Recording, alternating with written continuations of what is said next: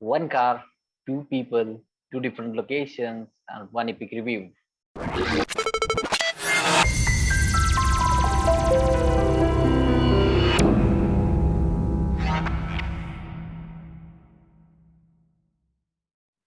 Well, hello there. Welcome to Auto Hub. I, Vedant, along with Shreyas, bring you a special review of the Ford Endeavour from the hills of Uttarakhand to the highways of Maharashtra. Stay with us. We both drove Endeavour 2 liter 10-speed automatic recently. So here is our take on the Endeavour. So Shreyas, what do you think about the Endeavour BS6? From hills of Uttarakhand to highways of Maharashtra. That sounds fancy uh, and adventurous as Ford Endeavour. Hello, everyone. Uh, I hope you all are doing safe in these tough times. Now, coming to the Ford Endeavour, the brand name Endeavour carries a legacy and it is big in itself. It might not enjoy the highest number of sales in this segment, but definitely it has the cult status and big fan base in India. Now, coming to the character of the car, I mean, my overall expressions, my overall point of view. Uh, so, all that dominating character is very well translated into the looks of the car. I mean, if you look at it, especially from the front, rear side, the car is well proportioned, and it when you go inside, the dashboard layout is uh, absolutely simple, absolutely minimalistic approach can be seen, and the comfort level is okay. It might not have the best in class space, but still you have plenty of knee room and headroom and legroom. The AC vents are mounted for all three rows on the roof. You have got panoramic roof and auto folding seats, and I mean it drives well, it rides well. It's just that it has received a you know downsized engine. So I think the overall impression would be it is a evergreen car because it will not age that easily, and it's a practical option. So this is all I have to say about it. So Shreyas, you drove the Endeavour on the hills of Uttarakhand. Please tell us if you felt it to be underpowered on the hills, or what was your experience overall about the engine? Of course, Vedant, the car is victimized with the downsizing trend. It is now a 2000 cc engine, 2-liter engine, producing 173 PS and 420 Newton meters of torque. The power figures, if you see, it is decent. It is decent on paper and translates very linearly on highways. Of course, the power delivery is linear, but at it is at par. Not see that it is underpowered. It is actually very powerful. Just remove the competition and see 173 PS is enough, man.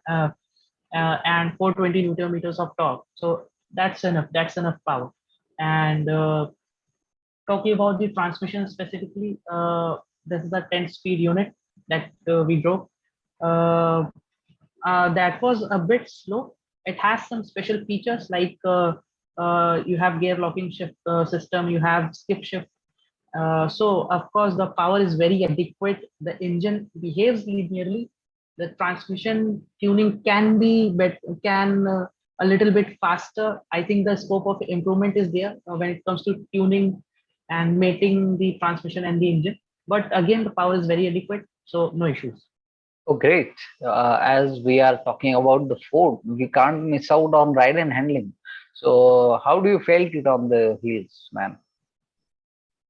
As I said earlier, when it comes to Ford steering, they are known for their driving dynamics. Of course, Ford Endeavor, it is a SUV that is more than 4.9 meters. Dimensions again will be shown to you on the screen. And it is a heavy car. It is a traditional body on frame SUV. But when I was driving around the hills, uh, of course, hills of Uttarakhand, they have extreme curves, extreme quartering angles. That it has fair amount of body roll, but it never loses your confidence. You will not lose your confidence with that. It actually has a very commanding driving position, and uh, ride quality is great because on the hilly roads also you feel you have some potholes and undulations too. Not like highways, but of course you have. So ride quality is very good. Handling part is very good. The steering is very precise. Feel and feedback is just fantastic. You actually know where your front tires are, moving. So rider handling part is very good. Of course, it suffers body roll, but that is a characteristic of an SUV. If you are talking about body on frame, traditional platform, of course, it will have body roll if you look at the ground clearance, and it is a four-wheel drive vehicle. So yeah, overall handling part was good. This is all. Yeah, well said. By the way, what fuel efficiency you got on the hills? See, when it comes to my driving, I drove it bit roughly because of the testing conditions. I got 5 to 6 kmpl, which is less, especially in terms of Indian customer mindset. But yeah, this is what I got because of my driving. So I would like to know from you, Vedant, how was your overall driving experience with the Ford Endeavor? Yeah, so starting with the looks, it is subtle. It is not overwhelming or nothing of that sort. The car feels evergreen. So yeah, it is well designed, well proportionate. More or the I personally like the tires of the car. They really goes with the overall design of the vehicle. It looks rugged. Going to the interiors, the interior feels fresh. There are soft touch used on the upper part of the dashboard. Lower down, there are some hard plastics. You can feel them. Yes, there are some hard plastics, but even if you look at the plastics and the overall material feel and fit and finish, that is top notch, I think. What do you say, Vedant? Yeah, yeah, for sure. Even the door panels are really good. They are not hard or anything like that. They goes well with the overall car. Uh, and moreover, the interior feels airy because of the panoramic sunroof. So yeah, coming down to the second row, there is enough shoulder room, leg room, and headroom. Headroom is more than enough, or you can say adequate. Coming down to third row, on the third row, two adults can travel the distance of 300, 400 kilometers easily with some short breaks. So two adults can manage in the third row. No issues about that. So, Vedant, how do you feel about the city driving? Okay, the steering wheel is light enough on the low speeds. You can maneuver easily. There is park assist in the car, semi park assist, so that too helps. You can see the hood too from the driver's seat. The hood is visible, so overall maneuverability is good enough. It is manageable to highways. So when the speed goes up like 70 kmph or 100 kmph, the steering wheel weighs up nicely. You feel confident. The suspension are okay enough. They are on the softer side, but yeah, there is not so much of wobbliness on major undulations. You might feel the car to be wobbling, but it is not that much. It is okay kind of thing. Also, Vedant, in city bumper to bumper traffic or on the highways, we do need to have some sudden accelerations and sudden braking. What about the dive and squat movement? Because of smooth suspension, I too felt the same. There is some dive and squat moment in the car, but it is not that much. It is manageable now. Okay, so as we are discussing about Ford Endeavor and the overall product, I just wanted to mention that there have been some speculations recently about Ford India's future. You being a Ford owner, Vedant, what is your take on that? So yeah, for those who don't know, I have a Ford EcoSport in my family, the Titanium TDCi, which is the diesel one, 2019. Coming to the service part, Ford have assured that they will keep serving the customers. So be assured about it. There is no issue about the service. The only issue is resale value. There will be a huge dip in the resale value of the car if Ford leaves.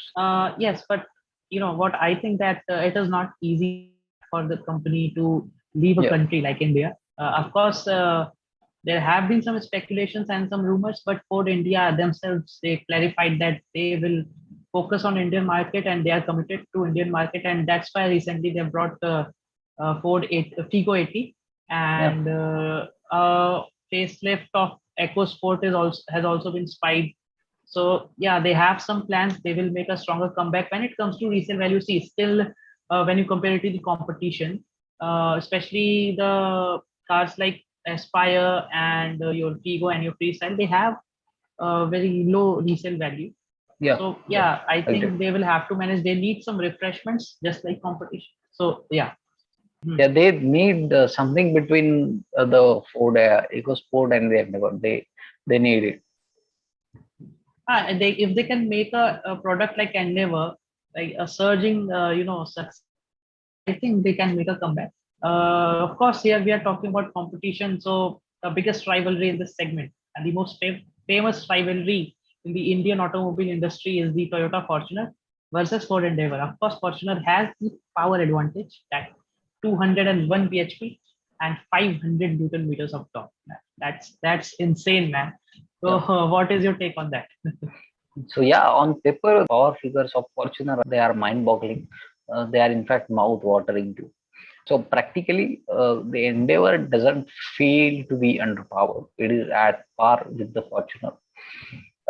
Coming to the pros of the Fortuner, the road presence of the Fortuner is something else. Is something else. The Legender in white color, it looks fab, man. It looks fab. So if you want looks, if you want better road presence, go with the Fortuner. If you want good reliability, go with the Fortuner. But where the Endeavor stands out is features. Feature list in the Endeavor is too big, as you can see on the screen. So yeah, coming to NVS levels, the Endeavor feels absolutely silent on the inside. Whereas on the other hand, Fortuner feels like a monster truck. You are driving a monster truck, man. The NVH levels could have been better in Fortuner. What is your take on the NVH, Shreyas? See, I will put out some straight facts when it comes to NVH, when it comes to smoothness. When I was cruising at around 60 to 70 kilometers per hour, I can't even hear the engine noise. The insulation is very good. Moreover, the 10-speed automatic plays a huge role here because you are in higher gears, you won't feel that much vibrations inside. Yeah, especially that skip shift function and all these functionalities. It is a Yeah, very yeah, well engineered gearbox. I think great. we should agree on this. And when it comes to Toyota Fortuner versus Endeavour Seal, the straight fact is that Fortuner will have more surge. It will have sudden surge of power, whereas the Endeavor, as far as my driving experience goes, has a linear progression. So this Yeah, is the main difference. But when it comes to handling and driving, of course, nobody can beat Endeavor. So this yeah, is all I have to yeah. say. Moreover, the Endeavor feels a bit more comfortable than the Fortuner. Yeah, yeah, I agree on this. And as I said, the Fortune might have, it might have more space, but when it comes to comfort and convenience, it's always the Endeavor. Okay, I think we had enough of discussions on the Endeavor, on the future of food in India. So it's time to conclude the video. If you liked it, drop us a thumbs up. If you have any queries, if you have any questions about the Endeavor or any car, drop it in the comment section below. And to subscribe to us because more interesting content is on your way. Stay tuned to AutoHub. Thank you. Thank you very much, Vedant. Thanks for having me.